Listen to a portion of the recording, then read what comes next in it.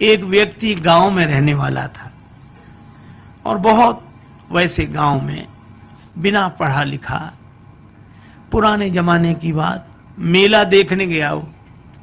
मेला गांव से थोड़ी दूर पर लगता था, 4-5 किलोमीटर पैदल चल के गया।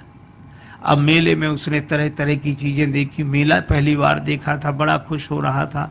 गांव का रहने वाला आदमी इतनी देर में घूमते हुए गया तो एक जगह उसने शीशा देखा, दर्पण, ऐसा आदमकद शीशा जो उसने देखा तो शीशे में उसने स्वयं को देखा। अब वो ये नहीं समझ पावे कि हम ही हैं। और शीशे में जैसे ही इसने देखा तो ये मुस्कुराया और हाथ जोड़ के बोला, भैया राम राम। तो उधर से भी मुस्कुराहट दिखी, भैया राम राम। इसने कहा, वाह वाह, बड़े अच्छे भाई साहब हैं, पहली बार मिलने में भी इतने प्रेम से। अब ये कहे, और भैया सब ठीक है? तो वो भी ऐसे कहे। बस दुकानदार से बोला, ये भाई साहब कितने के दिए? दुकानदार ने सोचा चाहे कोई दर्पण समझ के ले, चाहे भाई साहब, हमें तो पैसे से मतलब। बोले 2 रुपए के। तो मेले के लिए जितना खर्चा लाया था उसने 2 रुपए उसी को दे दिए और दर्पण हाथ में लिया। अब भाई साहब को बार बार देखे, बड़ा खुश हो।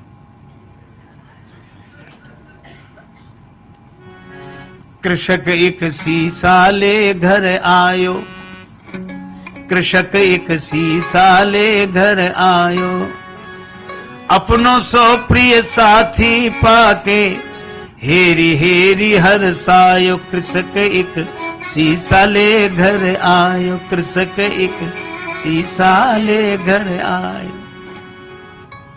तन मन धन दर्पण पे वारे, दिन में कीतिक बार निहारे। बार बार नतमस्तक है के बैठक में लटकायो। कृषक एक शीशा ले घर, शीशा लेकर आया, बैठक में लटका दिया। अब वो तन मन धन दर्पण पे वारे, दिन में कीतिक बार निहारे, अपनों सो प्रिय साथी पाके हेरे हेरे हर्षाय। अब भीतर पत्नी के पास बैठे और थोड़ी देर में गए, अच्छा 1 मिनट रुको, अभी आया। फिर जाए, और भैया अच्छी तरह हो, बढ़िया है। फिर लौट कर आ जाए और मन में सोचे, बड़े अच्छे भाई साहब हैं, ना खाते हैं न पीते हैं और हमेशा मुस्कुराते रहते हैं, प्रसन्न रहते हैं, बहुत अच्छे हैं भैया, वाह वाह। फिर जाए, फिर आ जाए। अब दिन में 2-3 बार ऐसे ही करे तो पत्नी को लगा कि पहले तो ये कभी ऐसे जाते नहीं थे, ये जाते कहाँ हैं? ठीक है, ये जब बाजार जाएंगे तब मैं देखूंगी। वो गए कहीं बाहर घूमने, पत्नी गई देखने कि देखूं तो क्या ये बैठक में क्या है जो बार बार। अब पत्नी गई तो वहां तो शीशा था और शीशे में जो पत्नी ने देखा तो उसे अपनी शक्ल दिखी। पत्नी बड़ी नाराज, अब मैं समझ गई, इसी की वजह से आता है। अब इसने मुक्का ताना, दांत कट गए, चू चू, तो उधर से भी मुक्का ताना, दांत कट गए। बस संभ्रम चली आई घरवारी, सन्मुख सुंदर नारी निहारी। आए गई है सौत हमारी, क्रोध हृदय में छायो। कृषक एक शीशा ले घर आए। अब उसको बड़ा क्रोध हमारी सौत को ले आया है, इसी की वजह से आता है। और बस भाग पड़ी, बस मैं न रहूंगी, बिस्खे हो या डूब मरूंगी। बिस खा लूंगी, मर जाऊंगी, कुएं में गिर जाऊंगी, बस रहूंगी नहीं, मैं तो अभी जाती हूं, चाहे जो कुछ हो जाए। और रोना शुरू किया तो धाई सास बहू रानी ने कैसो रुदन मचायो। कृषक एक शीशा ले घर आए। उसकी सास दौड़ी, क्या हुआ क्या हुआ, बेटी क्यों रो रही है, बहू क्यों रो रही है? बहू बोली, अपने बेटे की करतूत देखो, बैठक में किसको लाकर बिठाया है, और मैं तो रहूंगी नहीं, चली जाऊंगी। और सास बोली नहीं मैं देखती हूँ मैं देखती हूँ। अब सास गई और सास ने बैठक में जाके जो दर्पण देखा तो उसे बुढ़िया दिखाई पड़ी। दिखेगी तो सास क्या बोली, अच्छा आप हो भाई, राम राम। वो भी राम राम बोली। क्षमा करना बहू समझ नहीं पाई। फिर बहू को डांट कर बोली, क्या कह रही है तू? बुढ़िया है, वृद्धा माता, हमारी उम्र की है, सेवा के लिए लाया होगा। आई चली सास तत्क्षण में वृद्धा दीख पड़ी दर्पण में। बहू से बोली, अरी बावरी या बुढ़िया पर मेरो लाल लुभायो। कृषक एक शीशा ले घर आए। अब बहू कहे कि नहीं नहीं तरुणी है और वृद्धा कहे कि वृद्धा है। अच्छा दर्पण ऐसा जो सामने आ जाए उसी को दिखा दे। बहू सामने जाए तरुणी देखो ये बैठी और सास कहे हट मैं देखती हूँ, वो देखे सो वृद्धा दिखे। अब सास बहू का झगड़ा, सास बहू का झगड़ा आके ससुर निवारो। ससुर ने कहा क्या है मैं देखता हूं, क्यों ये कलह मचा रखा है। अब ससुर आया, ससुर ने कहा तुम दोनों अलग हो। अब ससुर ने जो देखा दर्पण तो उसे बूढ़ा आदमी दिखाई पड़ा। तो ससुर बोला, अरे भैया राम राम, आप हो, माफ करना ये समझती नहीं है। दोनों को फटकारा, दाढ़ी वालों पुरुष देख के दोनों को फटकारो। ससुर बोला ससुर, अरी मूर्खाओ धर के मानो देह लजाओ, मर न गई तुम नारी पुरुष को भेद समझ न पायो। तुम स्त्री पुरुष का भेद नहीं समझ सकी। सास कहे नहीं है तो वृद्धा बुढ़िया है। ससुर कहे कि नहीं बूढ़े भाई साहब बैठे, और बहू कहे कि नहीं तरुणी है। अच्छा अब एक बात बताओ, इनमें कौन आदमी गलत बोल रहा है? कोई गलत नहीं बोल रहा है, पर प्रश्न ये कौन सही बोल रहा है? कोई सही नहीं बोल रहा है और कोई गलत नहीं बोल रहा है। इतने में वो व्यक्ति आ गया, गांव में गया था घूमकर। क्या है? मां बोली बैठक में किसको बिठाया है?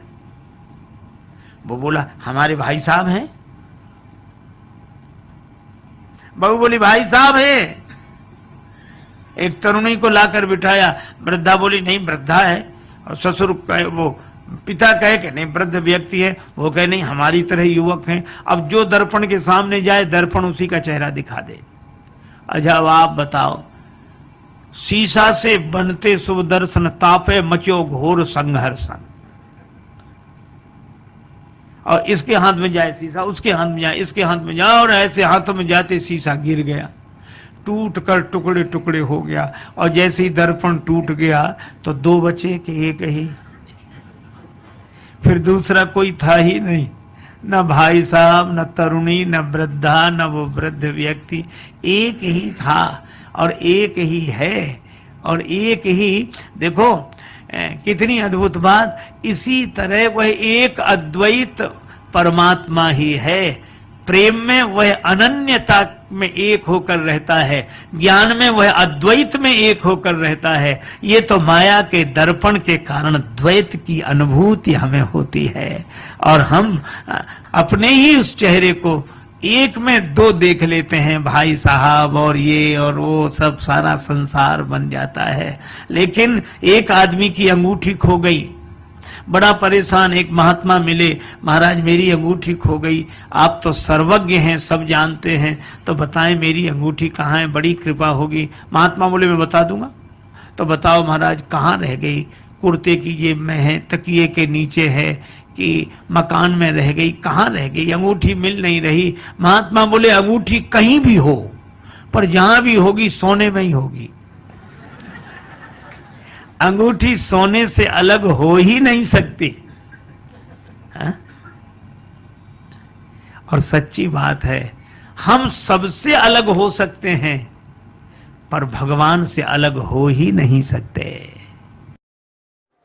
एक बार एक डॉक्टर ने कहा कि हल्का भोजन किया करो और दवा करो, परहेज करो, ठीक हो जाओ।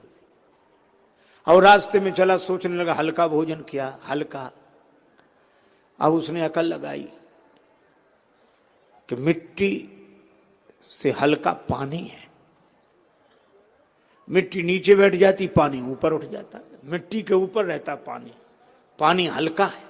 फिर सोचने लगा कि पानी के ऊपर घी तेल डाल दो, तो पानी के ऊपर तैरता है घी तेल, तो पानी से हल्का घी तेल, और फिर घी तेल में जो सिके पूड़ी पराठा वो उससे भी हल्का।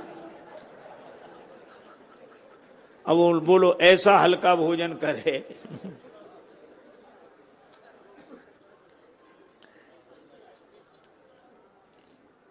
गुरु जी ने जो कहा वही करना चाहिए, क्योंकि सदगुरु वैद्य वचन विश्वासा, संयम यहां न विषय के आशा। कभी आपने सोचा कि हमारे जीवन की कालीमा क्या है? अच्छा, आप ऐसे सोचें, आपने एक शब्द सुना होगा काला धन, बहुत चर्चा का विषय रहा काला धन। और काला धन का हमको तो एक ही अर्थ लगता है, चीज दूसरे की कब्जा अपना। किसी दूसरे की चीज अधिकार अपना। और हमें लगता है कि हमारे जीवन की सबसे बड़ी कालिमा यही है। शरीर किसका? भगवान का। संसार किसका? भगवान का। अरे और तो और श्वास भी हमारी नहीं, यह भी भगवान की है ना, लेकिन कब्जा हमारा। जब तक हमारी श्वास चल रही है, हमें लगे भले ही कि हमारी श्वास है पर हमारी नहीं है। अगर श्वास हमारी होती तो जब मन होता तब लेते, नहीं मन होता नहीं लेते। और इतवार को तो लेते ही नहीं कि आज छुट्टी का दिन है, आज तो ना लें। और कोई कहता तो हम यही कहते कि हमारी सांस लें न लें, तुम कौन हो? तो श्वास भी हमारी नहीं, सब कुछ भगवान का है। और हम मंदिर में कहते भी हैं, तन मन धन सब तेरा, स्वामी सब कुछ है तेरा, तेरा तेरे अर्पण क्या लागे मेरा। ओम जय जगदीश हरे, जय जगदीश हरे, स्वामी जय जगदीश हरे। है कि जनों के संकट, दास जनों के अवगुण, क्षण में दूर करे। ओम जय जगदीश हरे। सब भगवान का है, यह तो हम कहते हैं, तो है ही भगवान का। लेकिन सच्चाई से बोलना, हमने मान किसका रखा है? भगवान का तो हम ऐसे कहते हैं जैसे कोई संत अपने घर में पधारे तो हम संत के चरणों में प्रणाम करके कहते हैं महाराज आपका ही है, ये घर आपका, ये परिवार आपका। कहते हैं महात्मा भी जानते हैं कि हमारा नहीं है, कह रहा है, और कहने वाला भी जानता है कि इनका नहीं है, लेकिन कह रहा है। और अगर कोई कहे कि महाराज सब आपका ही है, महात्मा कहे हमारा है, हाँ तो निकलो बाहर। अगर एक आध घटना ऐसी घट जाए तो लोग कहना बंद कर दें। हम भगवान से भी वैसे ही कहे जा रहे हैं सब आपका है। अच्छा, समझदार आदमी भी मंदिर में कहेगा तन मन धन सब तेरा, और भगवान को प्रणाम करके बाहर आएगा तो महात्मा से कहेगा मेरा मन नहीं लगता। भगवान हंसते कि अभी कह रहा था कि तन मन धन सब तेरा, और अब कह रहा मेरा मन नहीं लगता है। यही कालिमा है। एक सज्जन प्रार्थना कर रहे थे तन मन धन सब तेरा, प्रभु सब कुछ है तेरा, और इस पंक्ति पर ज्यादा जोर देकर प्रभु सब कुछ है तेरा। एक महात्मा सुन रहे थे, वो हंस रहे थे, उसको बड़ा बुरा लगा कि हम प्रार्थना कर रहे हैं, महात्मा हंस रहे हैं, प्रार्थना पूरी होने दो तब बात करता हूं। प्रार्थना पूरी होते ही गया, महाराज हम प्रार्थना कर रहे थे आप हंस रहे थे। महात्मा बोले हम तो जो कर रहे थे तो करे, तुम क्या कर रहे थे? कहा हम प्रार्थना कर रहे थे। कि तुम प्रार्थना कर रहे थे कि हमारा हंसना देख रहे थे? वो बोला महाराज हम दोनों ही काम कर रहे थे। महात्मा बोले तुम दोनों ही काम करते हो इसलिए तो हम हंस रहे थे। वाणी से कहते हो तन मन धन सब तेरा, पर मन से पूछो, मन भीतर ही भीतर कहता तन मन धन सब मेरा, प्रभु सब कुछ है मेरा। आज के आदमी की नीयत तो इतनी खराब है कि प्रभु पड़ोसी का भी मेरा। इसका बस चले तो भगवान से भी कह दे मेरा मुझको दे दो क्या लागे तेरा। यह हमारा स्वभाव है। देखो एक संत ने लिखा बड़ा सुंदर, मानव निकृष्ट कहे मेरा सिद्धांत यह मेरा है सो मेरा और तेरा है सो तेरा है। मानव निकृष्ट कहे मेरा सिद्धांत यह मेरा है सो मेरा और तेरा है सो मेरा है। मेरा तो मेरा, तेरा भी मेरा। और मध्यम मनुष्य की विनीति यह प्रवृत्ति देखी, वो कहते मेरा है सो मेरा और तेरा है सो तेरा है। पर उत्तम मनुष्य के विचार अति उच्च देखे, मेरा तेरा है सो तेरा और मेरा है सो तेरा है, और तीनों के बीच में बोल उठा ज्ञानी नर ये झूठा झमेला है, न मेरा है न तेरा है। तो है किसका ये? भगवान का। न मेरा न तेरा। 9 व्यक्ति गांव के रहने वाले कपड़े का व्यापार करते थे। 9 इकट्ठे होकर गए, नदी पार करनी थी। एक दूसरे का हाथ पकड़ लो कोई बह ना जाए। हाथ पकड़ लिया, नदी पार कर गए। कहा कि अब संभाल लो 9 के 9 हैं कि नहीं, कोई बहा तो नहीं। तो उन्होंने गिनना शुरू किया। जो भी गिने वो अपने को न गिने। 1 2 3 4 5 6 7 8 करके रह जाए। फिर दूसरा गिने, वो भी 8 ही गिने, अपने को न गिने। अब तो सबने रोना शुरू किया, बह गया बह गया, एक बह गया एक बह गया। तब तक एक महात्मा निकले, क्यों रो रहे हो? हम लोग 9 आए थे, एक बह गया। अब महात्मा ने देखा कि तो 9 के 9 खड़े हैं। महात्मा बोले नहीं, 9वां यही है, बहा नहीं है। तो कैसे फैसला हो? महात्मा बोले गिनो। तो उस व्यक्ति ने गिनना शुरू किया, 1। महात्मा बोले ठीक, 2 3 4 5 6 7 8 पे आके फिर रोने लगा। महात्मा ने वही हाथ जो 8 पे रखा था ऐसे मोड़ा कि ये 8 और ये 9। अरे मिल गया मिल गया मिल गया मिल गया महाराज, आपकी कृपा से मिल गया, आपकी कृपा से। तो वो लोग गया कहां था जो मिल गया? हम लोग सोचते हैं ज्ञान से मुक्ति मिलती है, पर ज्ञान से मुक्ति नहीं मिलती है। ज्ञान से यह पता लगता है कि हम मुक्त हैं। मुक्त तो हैं ही, पर बिना ज्ञान के अनुभव नहीं होता। एक आदमी के पास कुछ गधे थे, उसने सभी गधों को बांधा जैसे रोज बांधता था। एक गधे की गले की रस्सी खो गई, उस गधे का कान पकड़े बैठा था। एक महात्मा निकले, भगत जी कैसे बैठे हो? कहा कि महाराज इस गधे के गले की रस्सी खो गई है, इसीलिए इसको कान पकड़े बैठा हूं मैं, इसका कान पकड़े बैठा। महात्मा बोले गधे को बांधने के लिए भी रस्सी की जरूरत? महाराज फिर इसे बांधे कैसे? बोले ऐसे ही बांध दो बिना रस्सी के। महात्मा तो चले गए, उसने वैसे ही किया। रस्सी थी नहीं, पर खूंटे से ऐसे लपेटा दिया, ऐसे खींचा, फिर उसके गले में लपेट कर ऐसे बांध दिया, और गधे ने समझ लिया कि हम बंध गए। वो गधा कैसा जो इतना भी ना समझे, उसे भी तो अपने नाम की सार्थकता सिद्ध करनी थी। और गधे तो हिले, वो हिला ही नहीं, रात भर वहीं।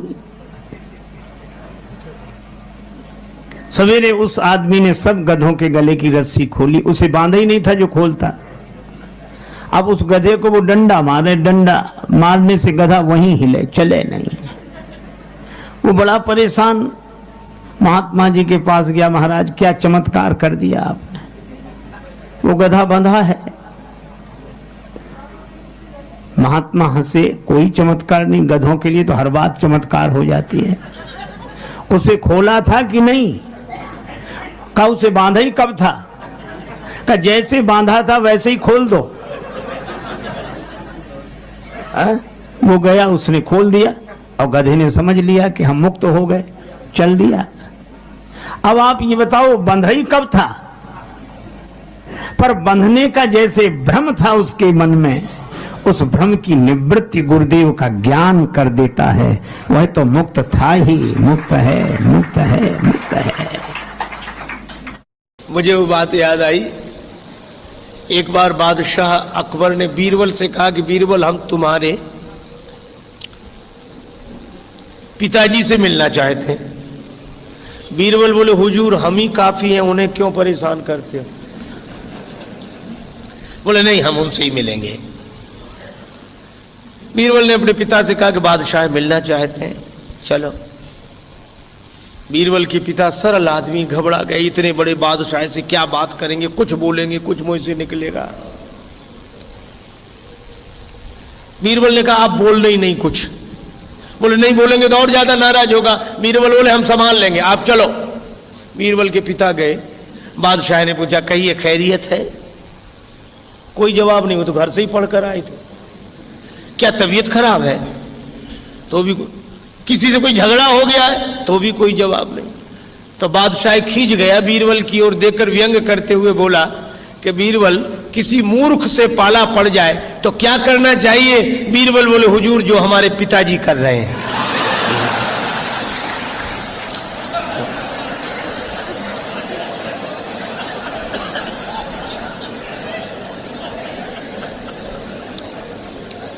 और रावण के सामने हनुमान जी इसीलिए चुप थे। संत श्री कबीरदास जी से किसी ने पूछा कि आप गुरु हैं कि शिष्य? कबीरदास जी बोले दोनों। बोले दोनों कैसे? बोले ज्ञानी का मैं गुरु हूं, अज्ञानी का चेला। बोले कोई समझदार हो तो उसके तो गुरु बनकर हम समझा देते, और कोई ना समझो तो उसके हम ही चेला बन जाते कि तुम ही ठीक कह रहे, उसे मानना ही नहीं, क्या फायदा समझाने से। एक आदमी तो और गजब का था, उसके पास कोई गया, दोनों पड़ोसी थे, दोनों के पास दो गधे थे, वो मिट्टी ढोने का काम करते थे गधों। तो एक का गधा बीमार था, तो उसने सोचा पड़ोसी मित्र से गधा मांग ले। गया, बोले भाई साहब हमारा गधा बीमार है, अपना दे दो, मिट्टी ढोने का काम करते ही वापिस कर देंगे। गधा भीतर बंधा था पर वो देना नहीं चाहता था, तो साफ झूठ बोल गया। बोले हमारा गधा तो सवेरे से ही जंगल में पता नहीं कहां गया है, होता तो तुरंत दे देते, आपको मना करें कैसी बात करते, आपको और मना जरूर दे देते। उसने मान लिया कि गया होगा जंगल में, पर दैव योग तब तक गधा ही भीतर से बोला। उसने जो बोलना शुरू किया तो वो चौंक कर खड़ा हो गया। बोले साहब आप तो कहते हैं कि गधा जंगल में गया, वो तो बोल रहा है भीतर से, उसकी आवाज नहीं सुन रहे। तो भी उस आदमी ने अपनी गलती नहीं मानी। बोला क्या जमाना आया है, आदमी की बात पर भरोसा नहीं, गधे पर इतना भरोसा। अब बोलो इसका क्या मतलब। एक गुरुजी को आदत थी, उनका कोई चरण दबाए तो सो जाते। दबाने वाला सोचे ये मना तो कर नहीं रहे, तो ये मना करें तो हम जाएं, तो उसने सोचा ये सो जाएं तो जाएं, पर उनकी आदत थी जैसे कोई जाता तो फिर जाग जाते। तो एक बार क्या हुआ, एक शिष्य चरण दबा रहा था उनका, तो चरण दबाया शिष्य ने तो वो सो गए तो बड़ी देर हो गई, तो शिष्य उठकर चल दिया। जैसे ही चला तो आंख उनकी खुल गई, तो तुरंत बोले हाँ बेटा तुम्हारे घर में और कौन कौन है? तो उसने कहा कि माता पिता और हम लोग 4 भाई हैं। अब ये सुनता कौन, तब तक और सो गए।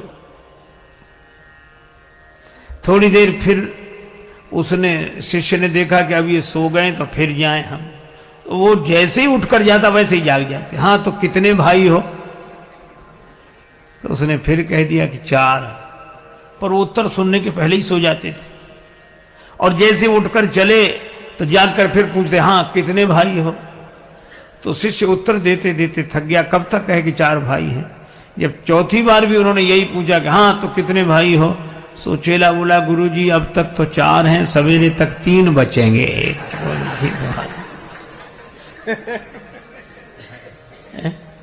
मुनिवर शांति, बार बार गुरु आज्ञा। और सेवा हो तो राम जी की तरह। एक गुरु जी के पास ऐसे शिष्य, हे भगवान, नया नया चेला बनकर बैठा है। अब गुरु जी छप्पर में बैठे, अंदर बाहर छप्पर, सामने मैदान। तो गुरु जी ने कहा कि बेटा वर्षा होने लगी है और गाय मैदान में बंधी हुई है, उसको बंधन से मुक्त करो ताकि वो भी छाया में आ जाए। शिष्य वहीं बैठे बैठे बोला, गुरु जी मुझ जैसा जीव क्या किसी को बंधन से मुक्त करेगा, जो स्वयं बंधन में हो। और बंधन से मुक्त करना किसी को तो आप जैसे महापुरुषों का काम है, हम क्या। क्षमा करें गुरुदेव, अनधिकार चेष्टा मुझसे न होगी। गुरुजी भी समझ गए चेला नहीं गुरु ही मिला है। गुरुजी गए, गाय को बंधन से मुक्त किया, फिर आकर अंदर बैठ गए। मन नहीं माना तो बोले, बेटा बाहर जाके देखो पानी बरस रहा है कि नहीं। चेला बोला, गुरुजी ये बिल्ली बाहर से ही आई है जो आपके पास बैठी है, इसके शरीर पे हाथ घुमाओ, गीली हो तो समझ लो पानी बरस रहा है, सूखा हो तो समझ लो पानी बरसना बंद हो गया है। गुरुजी फिर चुप रह गए। रात को सोने लगे तो कहा, ये दीपक जल रहा है, इसको बुझा दो। चेला बोला, गुरुजी सर्दी बहुत है, कौन उठे, आप तो रामायण की बात मानो, मुंह दिए नयन कतहु को नाई, आंख बंद कर लो, बुझाई समझाओ। गुरुजी सरल स्वभाव के थे, कुछ नहीं बोले, चलो ठीक। दूसरे दिन सवेरे सवेरे एक भक्त लड्डू लेकर आया, 1 किलो लड्डू, भगवान को भोग लगाओ, सबको बांटो। तो गुरुजी ने भगवान को भोग लगाया। उस चेले से कहा कि बेटा भगवान का प्रसाद लेगा? तो हाथ जोड़कर बोला, गुरुजी मैंने 3 आज्ञाएं नहीं मानी हैं, अगर चौथी भी नहीं मानूंगा तो घोर पाप लगेगा ये।